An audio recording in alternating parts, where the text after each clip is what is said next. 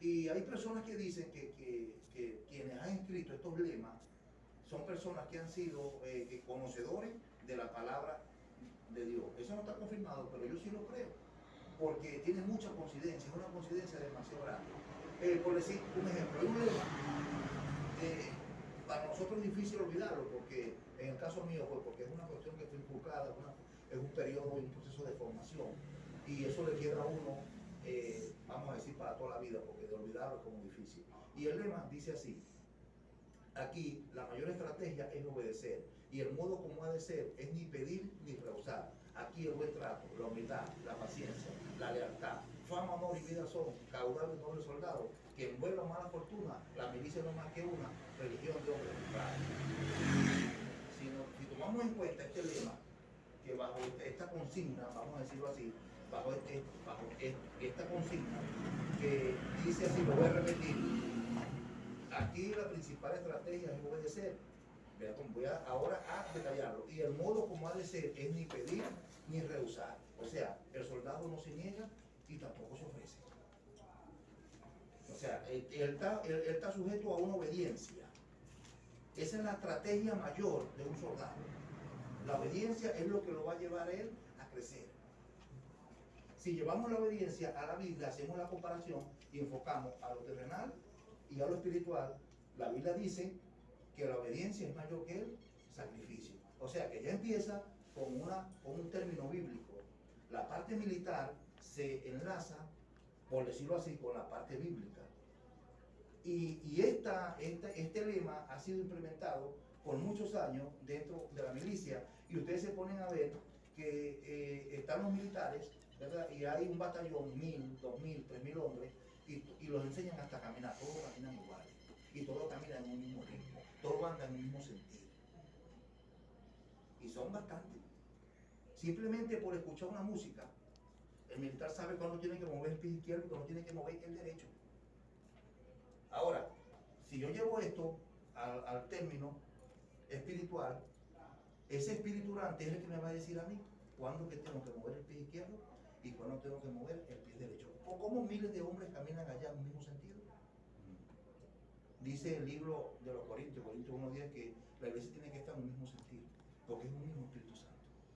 Y ese Espíritu Santo es el mismo espíritu orante del que estamos hablando, es ese Ruach. Y es mucha coincidencia, para mí no es coincidencia cualquiera, que el día 5 de julio, que es el día del Pentecostés, ¿verdad? Ese día se inició este servicio acá, o este seminario del espíritu orante.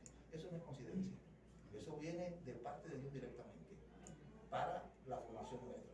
Ahora bien, sigo con el lema. El lema dice que aquí la principal estrategia es la obediencia. El modo como has de ser es ni pedir ni rehusar. O sea, si a mí me ordenan algo en términos militares, ¿verdad? Yo no estoy, las palabras que puedo responder es ordene y entendido. Estoy sujeto a una obediencia. Al superior no le importa cómo tú vas a hacer. Pero tú dices militarmente que el militar pare. O sea, pare es que el militar tiene que sacar de donde no tiene, o hacer como sea, pero tiene que cumplir. Gloria a Dios. Entonces cuando nosotros, por decir un ejemplo, ahí está el ejemplo bíblico, Jonás, cuando Dios habló con Jonás, que le dijo, mira, vete a Nínive. No, me gusta otro lado. Hasta compró un pasaje para un sitio diferente. Compró un pasaje para tal, sí, voy para allá. Quizás pagó que lo iba a conseguir, para Nínive lo iba a conseguir hasta de gratis. Me lo compró para allá, compré, lo pagó todo, porque la Biblia lo especifica clarito. Entonces, bueno, bien ve, estamos sujetos a esa obediencia. Esa es la principal estrategia, que es la obediencia. Y el modo como ha de ser ni pedir ni rehusar. Militarmente digo, ordene y entendido. Y doy cumplimiento de esa orden que se me dio. En la vida cristiana, con nosotros como cristianos, si le llevamos esto al evangelio, ¿verdad? Cuando a mí se me da una orden o se me ordena algo y yo murmuro, he hecho a perder las cosas. He hecho a perder las cosas. Por eso fue que cuando el pueblo, cuando Josué fue a rodear la tierra, ¿se acuerdan? Para la toma de Jericó, el Señor le dijo, 6 días la vas a rodear, ¿no es así? Una sola vez al día, pero no vas a pronunciar ningún tipo de palabra, porque estaba conquistando en lo espiritual. Imagínate que él hubiese dicho, otra vez, este Dios es loco, ¿dónde me vas a tratar 3 días? 6 días en este mar, ¿entendieron? En este está lo que... Sí, porque tiende, Amén. humanamente tendemos a caer en murmuración. Y esa murmuración, prácticamente, y ya lo vamos a leer más adelante, prácticamente contrista al Espíritu Santo. Y la Biblia dice claramente que no contristéis al Espíritu. Si usted es una persona que tiene el Espíritu Santo, usted no puede contristar ese Espíritu. Eso está en Efesios 4:30. Que dice, no contristéis el Espíritu Santo. Ahora bien, Ya, disculpa, pero acuérdate que el pueblo de Israel, pasando el desierto, en vez de durar 14 días, que era lo que iba a durar, duró 40 años. 40 años. Pero es porque el Señor no dejó hablar. Sí. ¿Y qué no hablaba? La murmuración es algo... Yo me hubiese quejado mejor en Egipto, que no sé qué más que esto. Después que estaban quejándose ya, lo sacan de ahí, hizo la maravilla, lo pasan por el Mar Rojo, hacen todas estas cosas y el pueblo sigue con la cuestión. O sea que esta cuestión no es desde ahorita, esto es desde siempre. Como humanos tenemos esa tendencia nosotros y debemos de cuidarnos de eso. Continuando con el lema, dice, ni pedir ni rehusar. O sea que no es que a mí se me va a dar una orden y yo voy a ir a murmurar, hermano, y voy a ir por lo menos a pedirle consejo de planza. Ahora, Dios se los dio al Espíritu Santo, porque si el Espíritu Santo no tiene esos dones, se los dio. ¿Y para qué se los dio? Se los dio para que Él está dotado de eso, para poder darnos eso a nosotros, porque lo vamos a necesitar. Necesitamos del amor, necesitamos de la bondad, necesitamos de la paciencia. Ese Espíritu Santo, por eso habla la Biblia del fruto del Espíritu, o sea, el fruto del Espíritu Santo. Ese Espíritu de Dios está dotado de todas estas cosas. Pero, ¿por qué la tienen? Porque me van a hacer falta. Necesito la paciencia. En los tiempos de adversidad, un militar cuando usa la estrategia cuando está en tiempo de guerra, o sea, la estrategia del militar es qué situación se me presentó y qué voy a emplear. Lo del militar es, si estoy en guerra, ahora bien, cuando estoy en guerra, debo de estudiar a el enemigo. Dios aquí nos capacita a nosotros y nos enseña quién es nuestro enemigo y cómo debemos atacarlo. No ignoréis las maquinaciones del diablo, dice la Biblia, ¿no? Entonces, Él nos enseña cuál es nuestro enemigo. Por lo menos en la vida militar se aplica mucho el binomio. O sea, y la Biblia siempre cuando manda a alguien no lo manda solo, porque la Biblia dice, mejor son dos que uno. En la vida militar se aplica mucho de eso. Pero todas estas cosas han dado un resultado efectivo. O sea que tomando en cuenta estas cosas y las pasamos por la Biblia, nosotros las podemos poner en práctica, porque están fundamentadas bíblicamente. Por eso es que hay ancianas que Dios le ha revelado a través del Espíritu Santo que la estrategia es que ellas dos se metan en ayuno, un ejemplo, y se rompen las cadenas.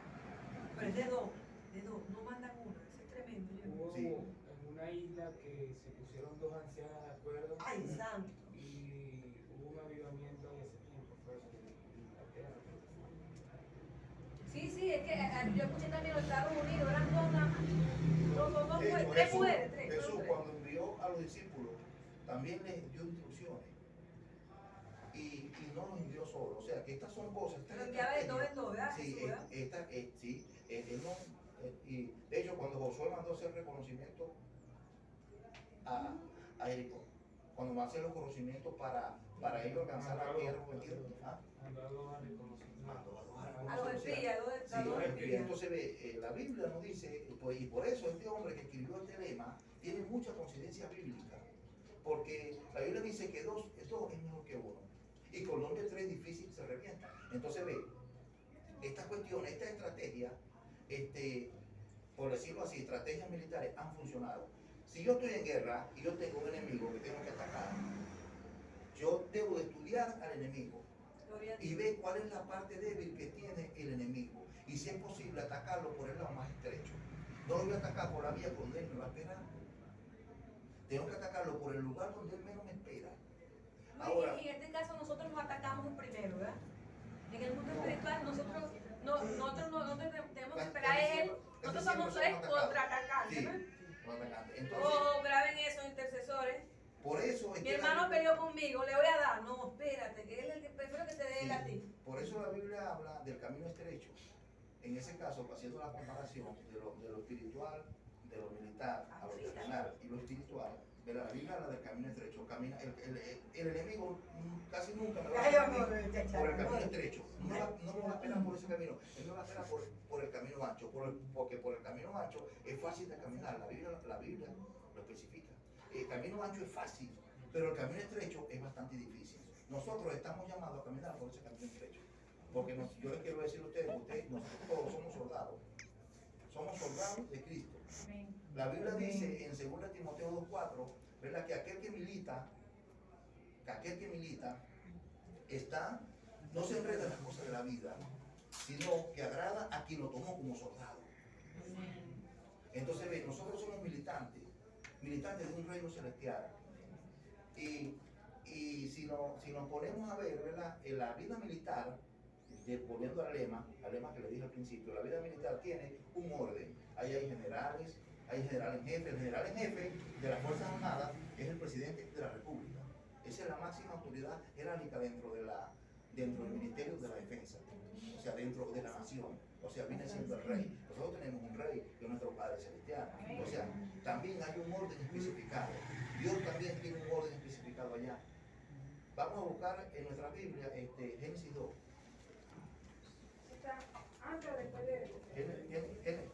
Génesis 2 me dice claramente quién es ese jefe allá. Dice, fueron pues acabados los cielos y la tierra y todo el ejército de ellos. O sea, quiere decir que Dios tiene un ejército también allá. Me dice claramente, Dios hizo, así como hay un ejército aquí en la tierra, hay una milicia, hay un orden militar.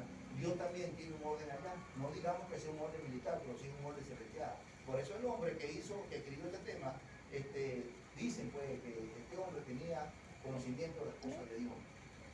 Porque ahora dice que los cielos y la tierra fueron acabados y el ejército de ella. Y si yo me pongo a analizar esto, ¿verdad? Entonces Dios tiene un ejército. Dios tiene un ejército. Y según Timoteo 2:4 me dice que aquel que milita, o sea, ¿a quién pertenezco yo? En lo espiritual, pertenezco a ese reino celestial, pertenezco a un ejército. Si usted no lo sabía, usted es un soldado. Y tiene que estar preparado para la guerra. Pero esa guerra usted la va a ganar es con el espíritu orante. Esa guerra, usted no puede andar solo. Usted, por eso decía que dos es mejor que uno. Usted no puede andar solo. Usted tiene que andar con ese espíritu orante con usted. Ese espíritu orante tiene que estar dentro de usted, tiene que habitar en usted. Porque muchas veces nosotros decimos estas cosas, y la gloria sea para Dios, decimos estas cosas. Eran esos secretos, porque a veces, como decía la hermana Daniela, oramos y oramos y oramos y no vemos frutos, y a veces oramos y lo que hacemos es repetir palabras, repetimos muchas palabras. Pero ¿qué pasa? Hay secretos allí en la oración.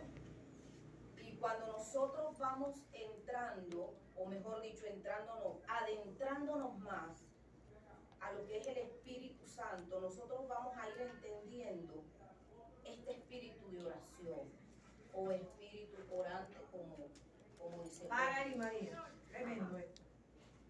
Cuando ella dice vanas repeticiones, en el mundo espiritual, eso es totalmente regresivo. Por mucho que usted quiera orar, usted ora, pero Señor, Señor, Señor, Señor. El Señor es demasiado exigente y estricto cuando dice la palabra de Dios. No dice vanas repeticiones. ¿Está escuchando? Entonces usted escucha a un hermano orar, usted dice, el Espíritu orante no le habla. Lo que pasa ahí, pastora, yo analicé eso, es que las personas saben definir entre presencia y poder del Espíritu Santo. Gloria a Dios. A veces decimos gloria, gloria, aleluya, aleluya, porque sentimos el poder, sentimos ese poder del Espíritu Santo. Pero la presencia es otra cosa. Estudiando en Benny dice que la presencia como tal no se percibe, no se siente.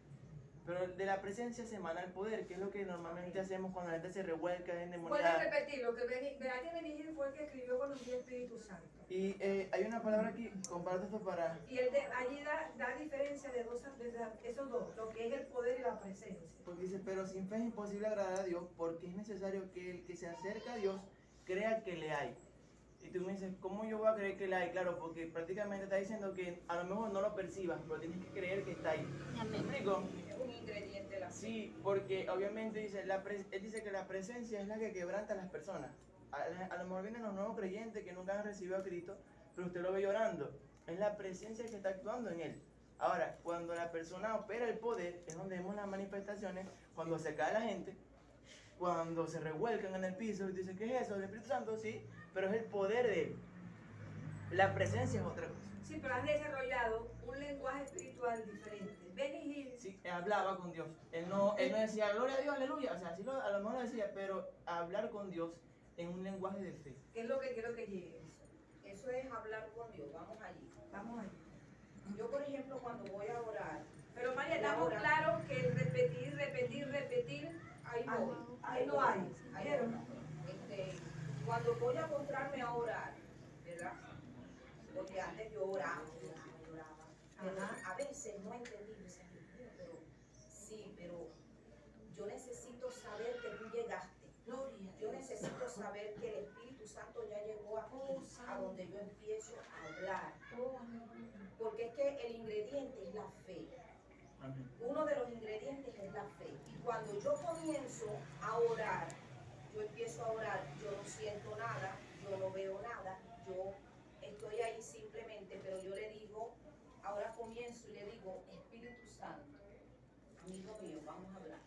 Necesito hablar contigo. Vamos a hablar porque ahí están vanas repeticiones. Porque yo quiero esto, yo quiero aquello, Señor, porque mira mi problema, mira no sé qué, mira, Señor, mira, Señor. Oye, Espíritu Santo, Señor, ¿qué tú me dices, Padre? Y comienzo esa conversación allí, comienzo a meterme. Y usted, mira, hermano, eso es tan poderoso. Hermano, que yo le digo que lo he experimentado en cuestiones de segundos. Usted sabe que el Espíritu Santo está allí y le da respuesta así. Le da respuesta así. Es una cuestión que nada más de decir Espíritu Santo, vamos a hablar. Bienvenida, cuando uno dice bienvenida. Porque el Espíritu Santo está allí queriendo escuchar que usted le está pidiendo hablar con él. No es que, Señor mío, Padre, no sé qué, no. Y cuando nosotros vamos a predicar, mire, los grandes predicadores, estas grandes personas que Dios ha usado, previo a ellos han conversado en lo personal, en lo íntimo con el Señor. Han hablado con el Señor. Pero es hablar, y la oración es eso, hablar con Dios. Hablar con Dios no es hablarle a Dios, es hablar con. Porque es que debe haber una respuesta de Dios en nuestras vidas. Así, instante, de momento. Entonces usted comienza allí. Cuando yo empiezo allá ahí, que me meto y veo ya, yo digo, gracias Espíritu Santo. Y ahí empiezo a conversar. Y cuando me doy cuenta, hermano, ya perdí el tiempo, no sé. Y le digo, bueno, Espíritu Santo, me toca dormir, voy a dormir. Voy a descansar. Entonces, esa es la comunicación que nosotros tenemos que tener. Por eso que el espíritu verdaderamente no duerme, nuestro espíritu no descansa, porque nosotros somos seres espirituales en un cuerpo de carne. Quien descansa es el cuerpo, la carne, pero el espíritu siempre está en una constante con Dios. Y dime tú cuando nos toca predicar, que pasamos una noche y el espíritu está constantemente recibiendo la administración del otro día. Amén. El Señor comienza a ministrar y pone caras, y pone rostros, y pone esto, y pone lo otro, pone situaciones, y usted va así como que anotando en una agenda una cosa. ¿Por qué? Porque es que la presencia del Espíritu a tu espíritu. Amén. Hoy vamos a hablar de la oración de conquista. Esta oración de conquista, al finalizar, vamos a orar por esta oración de conquista. Amén. Esta oración de conquista es la que es constante, la oración de conquista. Pero como ya usted ha entendido que la oración no debe ser vanas repeticiones y que la oración tiene ingredientes y que la oración tiene una esencia, entonces ya nosotros sabemos que la oración constante es una oración de conquista. Lucas 18:1 ¿verdad? Si leemos ese pasaje de Lucas 18:1, nos vamos a dar cuenta que es sin desmayar, que es una oración sin desmayar. 18:1 dice, también le refirió Jesús una parábola sobre la necesidad de orar siempre y no desmayar. Jesús nos mandaba a orar siempre. ¿Por qué Jesús nos mandaba a orar siempre? Porque Jesús sabe que nosotros estamos en un cuerpo carnal y que necesitamos batallar en el espíritu, que necesitamos luchar, que necesitamos traer cosas de lo celestial a lo natural. Que esa es la verdadera oración de conquista. Está gestado en los cielos, pero necesito bajarlo acá a la tierra. Necesito que se geste, que sea visible. Entonces, ¿cómo yo lo voy a hacer? Orar siempre. La viuda que fue a pedir justicia, ¿cómo lo hizo? 2 veces, muchas veces, ¿verdad? Y todas estas personas que han encontrado una respuesta, y usted y yo que hemos encontrado respuesta, es porque no hemos desmayado, hemos estado allí tocando esa puerta. El Señor dice, pedid y se os dará. Amén. No es que no debemos pedir en la oración, sí debemos pedir. El Señor dice, toca, ¿verdad? Y se te abrirá. El Señor está diciendo, añada a la oración una constancia, no te canses, pero debe ir con todos estos ingredientes. Amén. Varón. Ahí también está otro mensaje más, pero a mí no me interesa mucho ir. Después dio a luz a su hermano Abel. Y Abel fue pastor de ovejas y Caín fue labrador de la Bien. Tierra. Está hablando del oficio. Es decir, que Caín se dedicaba a la agricultura, al cultivo de frutas y verduras, ¿no es así? Pero Abel escogió la mejor parte, ¿verdad? ¿A qué se dedicaba Abel? Dice la escritura. A ser pastor. De oveja. Quedadito Abel, ¿verdad? ¿Ah? Él dijo, si yo crío ovejas, paren rápido, se multiplican y tengo más. ¿Qué hizo Caín? Caín agarró verdura, hortaliza. Yo me imagino que para esa 10 camiones para venderse a la Polar, ¿tenía qué? ¿Ah? ¿Sí o no? ¿Ah? No más. Por eso que la gente dice, no, yo voy a montar una 20 chicles. Imagínate, pero tú vas a hacer $100 al mes.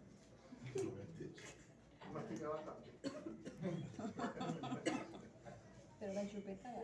Se llama clásico Dios, madre. La verdad, porque yo pasé por ahí. Claro, cuando yo el pastor a mí me dijo, vende chicle, Yuli. Yo me acuerdo de eso. Seguimos por ahí. Y aconteció andando el tiempo que Caín trajo del fruto de la tierra una ofrenda. ¿Quién la trajo primero? Caín, dice, ¿verdad? Y Abel trajo también de los primogénitos de sus ovejas, de los más gordos de ellas. Yo no sé quién llegó primero, si llegó uno o llegó el otro. Pero de que los dos tenían entendimiento de darle a Dios, lo tenían, ¿sí o no? Y ahí digo yo al Espíritu orante, ¿quién le revelaría a este? Cría oveja, y a quién le reveló este, dedícate a ser labrador de tierra. Pero no miró con agrado a Caín y a la ofrenda suya. Y se ensañó Caín en gran manera y decayó su semblante. Y eso es, cuando nosotros le hablamos de dar a la gente, ay, se le cae el ánimo.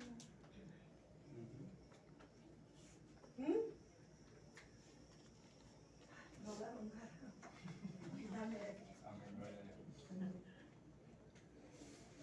Abel, su nombre traducido Abel, discutido, debilidad, en este caso, es el significado. Abel ofreció en fe, con su mirada en la voluntad de Dios. Y en este caso lo hizo como dependiendo de una promesa. si yo doy, ¿con qué intención la voy a dar? Un amor, Amor, un agrado. agrado, con obediencia, Con sinceridad. con sinceridad. Dios no me ha prometido Y con humildad. que todo lo que tú des para Él será recompensado. Con mucha humildad. ¿Ah? ¿Y por qué te desequilibras tú? Cuando tienes 20 bolívares te están diciendo en la iglesia que tienes que dar 25. Ah, no quiero estar periódica, pastora. Es demasiado pasada. En su sacrificio, perdón, en su ofrenda, él sacrificó los de Dios. Enviado a otra tierra, ¿para qué? Para que por medio de él nosotros tengamos perdón de nuestros pecados y podamos tener la salvación. ¿No es una promesa? ¿Sí o no? Por eso que cuando damos lo mejor para Dios, las promesas tienen que alcanzar.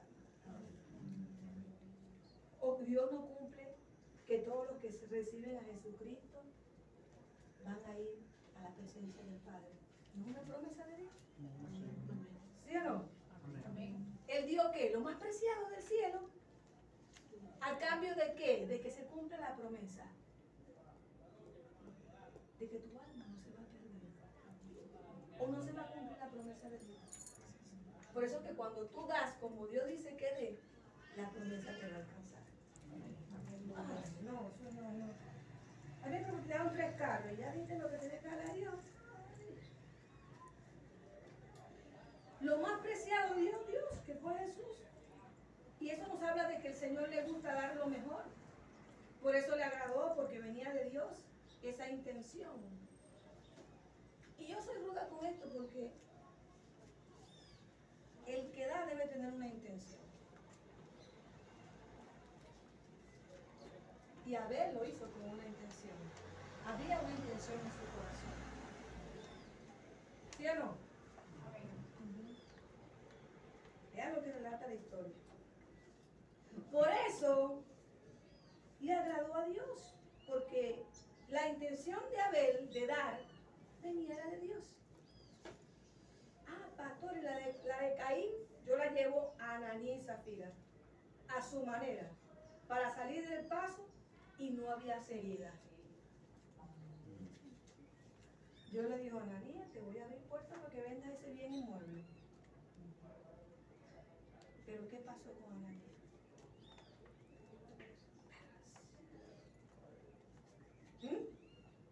¿Sí o no? Años sin vender ese bien inmueble. Lo vendí, me quedó $7,000. ¡Wow!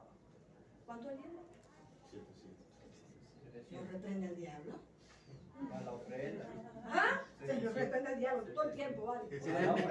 Pastora, serían 1400, ¿no? Hace mucho. La décima Y no es que te reprendo. la ofrenda. La ofrenda. Pastora, pero la clave ahí es que... Ananías dijo, sacó cuenta en el pensamiento, digo, sacó cuenta. Sacó cuenta. Y dijo, tengo que pagar esto, me compro la moto, me compro el carro, me compro esto. Y esto es lo que le voy a dar a Dios. No estoy por el artículo. Ananías y Zafira, en su manera de dar, fue para salir del paso. Y no había seriedad. Y díganme lo que lo publican, publíquelo. Yo di 20 para la iglesia. Ya con eso, ¿yo por qué tengo que ir más? Di 40, no 50. Hay que explicarle que eso es ofrenda. Ay, Dios. Caín, una traducción habla de allí, ¿cómo es? El adquirido por Jehová. No ofreció como Dios le había puesto en su corazón. Y diga conmigo, por lo tanto, eso es un pecado. Eso es un pecado. El santo me para el cielo. Que la salvación no tiene que ver con lo que yo le doy a Dios. Ya va para allá, ya va para allá. Ya usted va a ver qué le pasó a Caín. Mató a su hermano por celo. Por historia se conoce que mató a Abel golpeándolo hasta la muerte con una quijada. Allí se conoce el delito de homicidio. Ahí es donde literalmente habla la Biblia el delito de homicidio. Ya vamos a hablar por abierto algo delicadito. Ahí. Fíjense, es un ejemplo, una guía para el estudio del estudio criminalístico. Usted se pone a estudiar los hechos, los relatos de los casos. Usted tiene toda la criminología allí para usted entender el por qué una persona puede asesinar a otra. Y vea lo que el pastor Yoga le mandó a decir. Esa pastora predica en la carne. Le voy a dar un secreto hasta el día de hoy. Arrepiéntase ya inmediato. La mayoría de las predicas mías vienen del pastor Yoga. Pues yo me siento en la noche y se lo sabe Leonor. Negro, ¿qué digo aquí? Usted está viendo que usted te metió en un problema. Yo una vez vi una situación fuerte, que lo vi con un creyente de la fe, que cuestionaba algo en mi contra, pero lo decía sigilosamente. Ese hijo quedó vivo porque Dios en su misericordia le ayudó. Y yo tuve que interceder, Señor, ayuda, ayuda. ¿Te está entendiendo? Porque en el mundo espiritual eso es delicado. ¿Tú me estás entendiendo? Y la misericordia de Dios lo dejó vivo. Eso me lo voy a decir. Señor, ¿por qué le vino esto? Porque ella te cuestiona. ¿Te está entendiendo? Que el diablo se me levantó, sí se te levantó, porque tú pusiste en tu pensamiento el pensamiento de Caín. ¿Ah? Ya, pues ya. Eso fui yo, porque a mí se me enfermó mi hermano.